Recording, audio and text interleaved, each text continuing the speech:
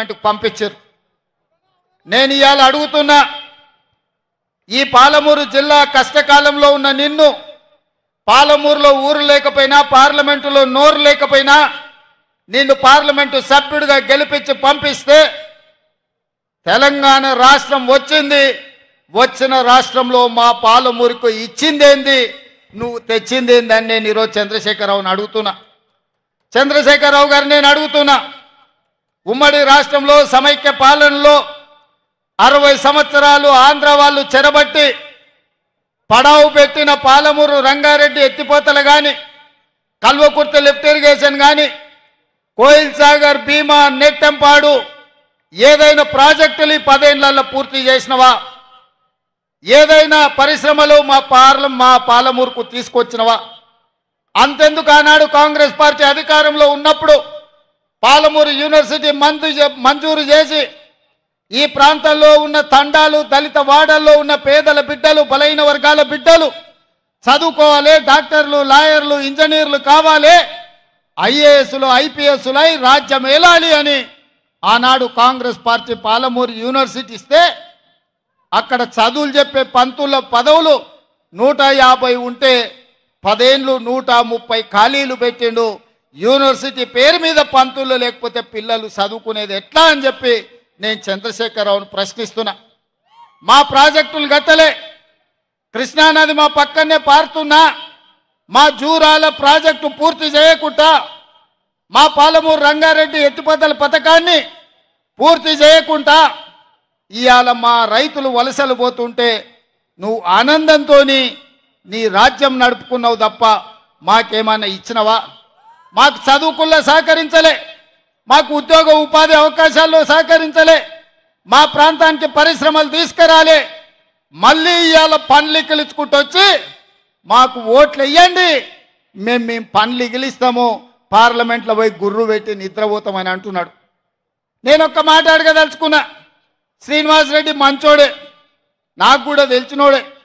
గతంలో కాంగ్రెస్ పార్టీ ఆయనని ఎంపీటీసీ చేసింది, కేసీఆర్ ఎంపీ చేసిండు, ఆయన అదృష్టం బాగానే ఉంది. 5 ఏళ్ళు పార్లమెంట్లో శ్రీనివాసరెడ్డి ఏ రోజైనా పల్లెత్తు పలకరింపు మాట్లాడిండా? పాలమూరు రంగారెడ్డి ఎత్తిపోతల ప్రాజెక్టు గురించి ప్రస్తావించిండా?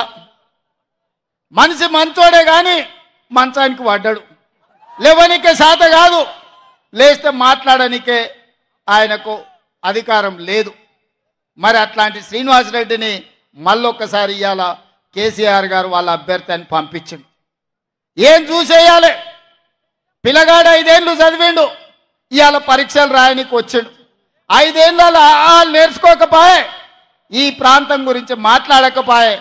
అట్లాంటి శ్రీనివాసరెడ్డికి ఓటేస్తే ఇవాళ మనకేమన్నా ఉపయోగమా? నిన్న మన కేటీఆర్ అంటున్నాడు, మా కారు కొంచెం ఖరాబ్ అయింది, గ్యారేజ్కి పోయిందని. అరే పిల్లగా, నీ కారు ఖరాబు కాలే, నీ కారు ఇంజను అనుము చెడ్డది, ఇంకా మళ్ళా రాదు. తూకానికి అమ్ముడే, తూకం పెట్టి అమ్ముడే, వర్క్ షాప్ నుంచి మళ్ళా ఇంటికి రాదు. ఇనుప సామాన్లోనికి తూకం పెట్టి అమ్ముడే. నీ కారు నీ అయ్యనడుగు కావాలంటే ఇంటికి పోయి. నీ కారే కాదు, నీ అయ్య ఆరోగ్యం కూడా అనుంచెడ్డది. ఎందుకంటే 7 తారీఖు నాడు ప్రమాణ స్వీకారం ఉంటే ఆయనలోనే నీ అయ్య బోర్ల పడ్డాడు, బొక్కలు ఇరిగిన ఇయ్యాలటికి నడవలేకపోతుంది. మొన్న జరిగిన ఎన్నికల్లో ప్రజలు కారును బండకేసి కొట్టిండ్రు, 100 మీటర్ల గోతి తీసి పాతి పెట్టిర్రు. ఇంకా కూడా ఆయన పొంకనాలు కొడుతున్నాడు. నిన్నటికి నిన్న మాట్లాడుతుండు ఈ పొంకనాలు. ఆయన ఏం మాట్లాడిండు? ఆయన పిట్టల ద్వారా నాతో 20 మంది ఎమ్మెల్యేలు టచ్లో ఉండ్రు, సిట్కే కొడుతూ వస్తారని. సిట్కే కాదు, మిద్దెక్కి డప్పు కొట్టు బిడ్డ, నీ దగ్గర ఉన్నోళ్ళు కూడా ఎవడన్నా ఉంటాడేమో చూద్దాం. గతంలో లాగా కాంగ్రెస్ ఎమ్మెల్యేలు గొర్రెల మంద తొడేళ్లలాకొచ్చి చేప కొట్టి కొట్టుకపోదాం అనుకుంటున్నాం బిడ్డ. ఈడ కాపలా ఉన్నది రేవంత్ రెడ్డి, నువ్వు ప్రయత్నం చేసి చూడు. ఈడ మా ఎమ్మెల్యేలను కంచేసి కాపాడుకునే శక్తి హైటెన్షన్ వైర్ రేవంత్ రెడ్డి ఉన్నాడు బిడ్డ. వచ్చి ముట్టుకో. కరెంటు తీగ మీద కాకి కరెంటు కొడితే ఎట్లా కర్రెగా సస్తదో, నువ్వు కాంగ్రెస్ వైపు చూస్తే నీ సంగతి గట్లనే అవుతుంది. నువ్వు మా దిక్కు కాదు, నీ దొడ్ల సాయంత్రానికి ఎన్ని వచ్చినా ఒకసారి లెక్క పెట్టుకో బిడ్డ, నీ సంగతి చెప్తా గాని. 100 రోజులు కాలే, 100 రోజుల్లో ఆడబిడ్డలకు ఆర్టీసీలో బస్సు ఉచితంగా ఇచ్చినాం. 35 కోట్ల మంది ఆడబిడ్డలు ఇవాళ బస్సులలో ఉచితంగా ప్రయాణం చేస్తారు. 100 రోజులు కాలేదు, ఆరోగ్యశ్రీ పథకం ద్వారా 10 లక్షల రూపాయలు ఉచితంగా మహిళలు ఇవాళ అన్ని కుటుంబాలకు ఆరోగ్యాన్ని అందించినాం. ఇదే కాదు, మాట ఇచ్చినాం, కట్టెలపై నుంచి విముక్తి కలిగిస్తాం, మీ కన్నీళ్లు దూడిస్తాం, మిమ్మల్ని ఆదుకుంటామని ఆడబిడ్డలకు మాట ఇచ్చి నరేంద్ర మోడీ 1200 రూపాయలు సిలిండర్ చేస్తే ఇవాళ ఆడబిడ్డలకు 500 రూపాయలకే సిలిండర్ ఇచ్చి ఈ ప్రభుత్వం ఆడబిడ్డల ప్రభుత్వం, ఈ ప్రభుత్వం ఆడబిడ్డల్ని ఆదుకుంటామని చెప్పినాం. స్వయం సహాయక సంఘాల గ్రూపులను 10 ఏళ్లు నిండా ముంచి ఆడబిడ్డల ఆత్మగౌరవం దెబ్బతీస్తే వందలాది కోట్ల రూపాయలు స్వయం సహాయక సంఘాలకు అందించి పరేడ్ గ్రౌండ్లో 1,00,000 మంది ఆడబిడ్డలతో కదము దొక్కి ఆడబిడ్డలతో ఆదుకున్న ప్రభుత్వం మా ప్రభుత్వం. ఇదే కాదు, 3 నెలల్లో నీళ్లు నిధులు నియామకాల పేరు మీద తెలంగాణ ఉద్యమం వచ్చి 1,200 మంది తెలంగాణ బిడ్డల ఆత్మ బలిదానాలు చేసుకుంటూ వచ్చిన రాష్ట్రంలో నువ్వు ఉద్యోగ నియామకాలు చేపట్టకపోతే ఇందిరమ్మ రాజ్యం ప్రజాపాలన వచ్చిన ఎంబడే 3 నెలల్లో 30,000 మంది నిరుద్యోగ యువకులకు ప్రభుత్వంలో ఉద్యోగాలు ఇచ్చి ఆ నిరుద్యోగ యువకులల్లా ముఖ్యంగా ఆడబిడ్డల కళ్ళల్లో ఆనందం చూసి మేము కడుపుకు నింపుకున్నాం.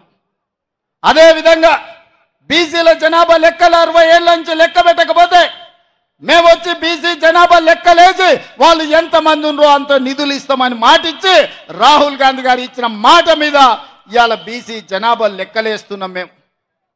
ఈ రకంగా ఈ జిల్లాలో ఇంతకుముందు మిత్రుడు వంశీచంద్రెడ్డి చెప్పినట్టు మక్తల్ నారాయణపేట కొడంగల్ ఎత్తిపోతల పథకమే కాదు, medical college, engineering college, veterinary college, nursing college, degree college, మహిళా డిగ్రీ కాలేజీలు, జూనియర్ కాలేజీలు, లా కాలేజీలు మన జిల్లాకి ఇచ్చి మన జిల్లాల పేదలు చదువుకోవడానికి అన్ని విద్యా ఉపాధి అవకాశాలు కల్పించడానికి వాళ్ళు నిర్ణయం తీసుకున్నాం. 100 రోజుల్లో 10,000 కోట్ల రూపాయలు ఈ పాలమూరుకు మంజూరు చేసి పాలమూరు రంగారెడ్డి ఎత్తిపోతల పథకానికి 45 టీఎంసీల నీళ్ల కేటాయింపే కాదు 30,000 కోట్ల రూపాయలు కేంద్ర ప్రభుత్వం నుంచి రాబట్టడానికి కేంద్ర ప్రభుత్వాన్ని ఒత్తిడి చేసి ఇవాళ పార్లమెంట్లో మేము కొట్లాడుతున్నాం. ఇన్ని పనులు ఈ పాలమూరు జిల్లా కోసం మేం చేస్తుంటే ఇవాళ ఈ పాలమూరులో కాంగ్రెస్ను ఓడగొట్టాలి అని చెప్పి గద్వాల గడీల నుంచి